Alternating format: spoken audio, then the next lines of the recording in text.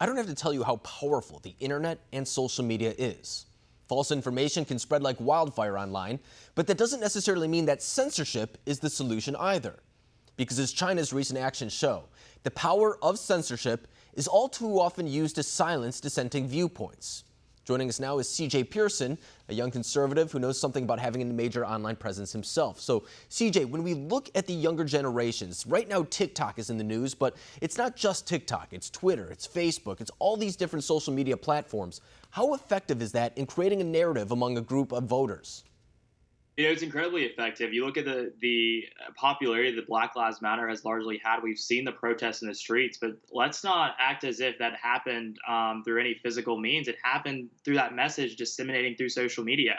That entire movement has been fueled by a very aggressive social media digital advocacy campaign. Everything from those black boxes that they posted just a few weeks ago to organizing protests in cities across the country. It's definitely been a very social media first movement. And when we look at TikTok, for example, it's a relatively new app. It's something that probably a lot of our viewers even don't know much about because it is a very much so younger audience that generally does use it. But then, for example, I follow Taylor Lorenz. She's a New York Times reporter who covers this type of stuff. And she frequently talks about the idea that there are big conservative movements on that platform. It's not just what we see on example for Twitter, where a lot of conservatives say that they're being shadow banned or silenced or anything like that. On TikTok, there does seem to be a flourishing conservative movement. Is that right? Yeah, there is. I actually am pretty active on TikTok. I have around 90 or so thousand followers there. And the reason I'm really intentional about being active there is that you're right. Younger demographics love TikTok. All of my friends are on it. I'm 17 years old. And so many, I don't know a single friend of mine who doesn't have it. And it's so important, I think, for conservatives to engage young people where they are. And it starts on by having a presence on apps just like TikTok.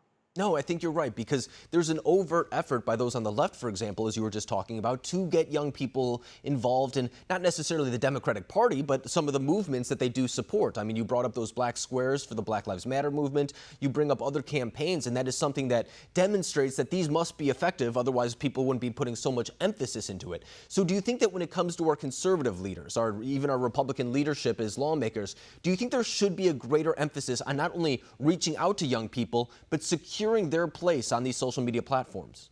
No doubt, no doubt. If we allow the left to occupy the entire field, our voices will never be heard. Our message will not be heard. And I always believe that when conservative ideas are given an equal platform to be heard, we win. We have facts on our side. We have logic on our side. We have truth on our side. And I think the more young people that are aware of what conservatism means and what it is, the more they're going to be more likely to it resonates with them, and they're going to come to our side. It is so important for the right to engage young people.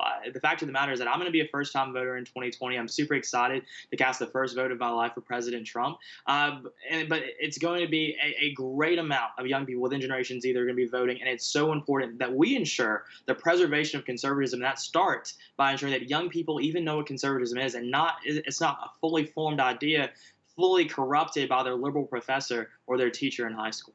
And when we generally talk about the younger generation, CJ, a lot of times the headlines in the media is saying that it is progressive. It is something that is more so moving to the left direction. But then there are people like you. There are organizations like Turning Point USA and other young people who are very vocal about their beliefs when it comes to the conservative movement as well. So do you think that that is a false narrative, that the younger generation is moving far to the left? Do you think that there is a little bit more diversity when it comes to political opinion than a lot of people would give the younger generation credit for? I think this generation is really interesting in the sense that it's not as black and white as it used to be in years past. I think there is definitely a really strong conservative undercurrent within Generation Z. We're sick and tired of cancel culture. We're entrepreneurial. We've seen the success of people like Kylie Jenner and other YouTubers who've emerged as big voices and billionaires even who've built these businesses all on the internet. That's what our generation has witnessed, and I think it's definitely cultivated a strong appreciation of capitalism. But what's so important, and this is a big opportunity that the right cannot miss, is the importance to educate of all of this. The left will often talk about socialism and its benefits and all of these things, and how it's a great equalizer, but we know that not to be true. And it's so important that young people know that as well, and that the fact of the matter is that the stories of Kylie Jenner and all the Kardashians would not be possible if it weren't for capitalism and living in the greatest country in the world.